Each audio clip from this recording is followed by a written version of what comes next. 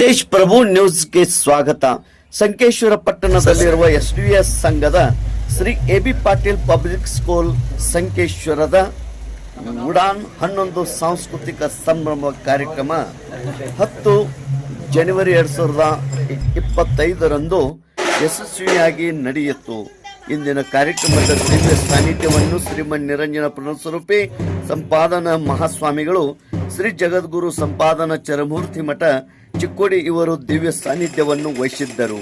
ವಿಶೇಷ ಮುಖ್ಯ ಅತಿಥಿಗಳಾಗಿ ಆಗಮಿಸಿದಂಥ doctor Bhimashankar S ಗುಳೇದ್ IPS SP ಸಾಹೇಬರು ಬೆಳಗಾವಿ, ಅದೇ ರೀತಿ ಮಾಜಿ ಕಮಾಂಡರ್ ಆಫೀಸರ್ ಹೋಮ್ಗಾರ್ಡ್ ಇಲಾಖೆ ಶ್ರೀ ಅರವಿಂದ್ ಘಟ್ಟಿ ಇವರು ಕೂಡ ಆಗಮಿಸಿದ್ದರು. ಮಾಜಿ ಸಚಿವರು ಹಾಗೂ SDS ಸಂಘದ ಗೌರವಾಧ್ಯಕ್ಷರಂತ ಶ್ರೀ ಎಬಿ ಪಾಟೀಲ್ ಇವರ ಮಾರ್ಗದರ್ಶನದಲ್ಲಿ ವೇದಿಕೆ ಮೇಲೆ doctor NB Hawal director SDS Sangha, Shri BS Vairagi director SDS Sangha, GC Kotagi secretary SDS Sangha, doctor BA Pujari administrator SDS Sangha ಹಾಗೂ ದಿಗ್ದರ್ಶಕರು ವೇದಿಕೆ ಮೇಲೆ ಆಸೀನರಾಗಿದ್ದರು. ಈ ಕಾರ್ಯಕ್ರಮಕ್ಕೆ ಪಾಲಕ ವೃಂದದವರು, ಗಣ್ಯ ಮಾನ್ಯರು ಹಾಗೂ ಶಿಕ್ಷಣ ಪ್ರೇಮಿಗಳು, ಸಂಕೇಶ್ವರದ ನಾಗರಿಕರು, ವಿದ್ಯಾರ್ಥಿನಿಯರು, ಪಾಲಕರು ಈ ಕಾರ್ಯಕ್ರಮದಲ್ಲಿ ಪಾಲ್ಗೊಂಡಿದ್ದರು. ತೇಜ್ ಪ್ರಭು ನ್ಯೂಸ್, ಸಂಕೇಶ್ವರ್. ಒಂದು ದಿವಸ ನಾನು ನಮ್ಮ ಸಂಕೇಶ್ವರ ದುರ್ದುಂಡೇಶ್ವರ ವಿದ್ಯಾವರ್ಧಕ ಸಂಘದ ಶಾಲೆಗಳಿಗೆ ಭೇಟಿ ನೀಡ್ತಾ ಇದ್ದೀನಿ.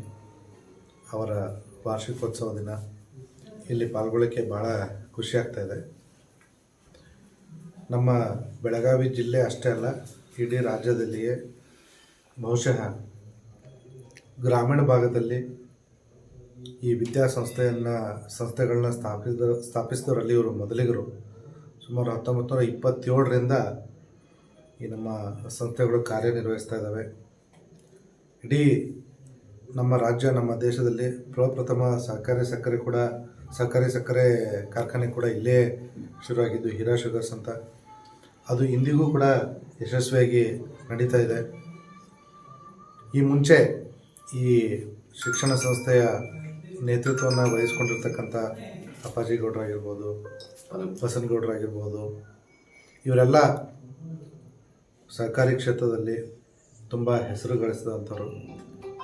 ಅಪ್ಪನಗೌಡ್ರಿಗಂತೂ ಸಹಕಾರ ಮಹರ್ಷಿ ಅಂತ ಕರೀತಾಯಿದ್ರು, ಬಸನಗೌಡರಿಗೆ ಕಾಯಕ ಯೋಗಿ ಅಂತ ಕರೀತಾಯಿದ್ರು. ಅದನ್ನು ಮುಂದುವರಿಸ್ಕೊಂಡು ನಮ್ಮ ಮಾಜಿ ಮಂತ್ರಿಗಳಾದಂಥ ಎಬಿ ಪಾಟೀಲ್ರವರು ಸಂಸ್ಥೆಗೆ ಚೆನ್ನಾಗಿ ಹೆಸರು ತಂದುಕೊಟ್ಟಿದ್ದಾರೆ. ಮತ್ತು ಗ್ರಾಮೀಣ ಭಾಗದ ಹಲವಾರು ಕಡೆಗಳಲ್ಲಿ ಈ ಶಿಕ್ಷಣ ಸಂಸ್ಥೆಗಳನ್ನು ಸ್ಥಾಪಿಸಿ ಗ್ರಾಮೀಣ ಭಾಗದಲ್ಲಿರ್ತಕ್ಕಂಥ ವಿದ್ಯಾರ್ಥಿನಿಯರಿಗೆ ತುಂಬ ಪ್ರೋತ್ಸಾಹವನ್ನು ಕೊಡ್ತಾ ಇದ್ದಾರೆ. ಇದರ ಜೊತೆಗೆ ಈಗಾಗಲೇ ನಮ್ಮ ರಾಜ್ಯದಲ್ಲಿ ಹೆಣ್ಣು ಮಕ್ಕಳಿಗೆ ಒಂದು ಕಿತ್ತೂರು ಸೈನಿಕ ಶಾಲೆ ಮಾದರಿಯಲ್ಲಿ ಮತ್ತೊಂದು ಹೆಣ್ಣು ಮಕ್ಕಳಿಗೆ ಅಂತಲೇ ಹೇಳಿ ಈ ಅಕ್ಕಮಹಾದೇವಿ ಕನ್ಯಾ ಶಾಲೆಯನ್ನು ಶುರು ಮಾಡಿದ್ದಾರೆ. ಅದು ಕೂಡ ತುಂಬ ಚೆನ್ನಾಗಿ ನಡೀತಾ ಇದೆ. ನಮ್ಮ ವಿದ್ಯಾರ್ಥಿಗಳಿಗೆ, ಅದರಲ್ಲೂ ವಿಶೇಷವಾಗಿ ವಿದ್ಯಾರ್ಥಿನಿಯರಿಗೆ ಈ ಶಾಲೆ ಅಪಾರ ಸದಾವಕಾಶಗಳನ್ನ ತೆರೆದಿಟ್ಟಿದೆ. ಈ ರೀತಿಯಾಗಿ ಕಳೆದ ಸುಮಾರು 60-70 ವರ್ಷದಿಂದ ನಡೀತಾ ಇರುವಂಥ ಈ ಸಂಸ್ಥೆ ಮತ್ತಷ್ಟು ಬೆಳೀಲಿ, ಮತ್ತಷ್ಟು ವಿದ್ಯಾರ್ಥಿಗಳಿಗೆ ಅವಕಾಶ ಒದಗಿಸಿಕೊಡಲಿ.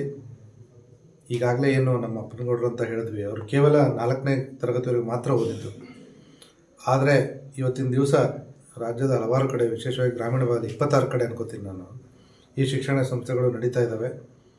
ಒಬ್ಬ 4ನೇ ಕ್ಲಾಸ್ವರೆಗೆ ಕಲ್ತಿರ್ತಕ್ಕಂಥ ಮಹನೀಯರು ಇಷ್ಟು ಮಾಡಿದ್ದಾರೆ ಅಂತಂದರೆ ನಾವೆಲ್ಲ ಅವ್ರನ್ನ ಹೆಮ್ಮೆಯಿಂದ ನಾವು ಸ್ಮರಿಸ್ಕೋಬೇಕು. ಮುಂದಿನ ದಿನಗಳಲ್ಲಿ ಮತ್ತಷ್ಟು ಈ ವಿದ್ಯಾಸಂಸ್ಥೆ ಮತ್ತಷ್ಟು ಬೆಳೀಲಿ ಅಂತ ನಾನು ಆಶಿಸ್ತೀನಿ.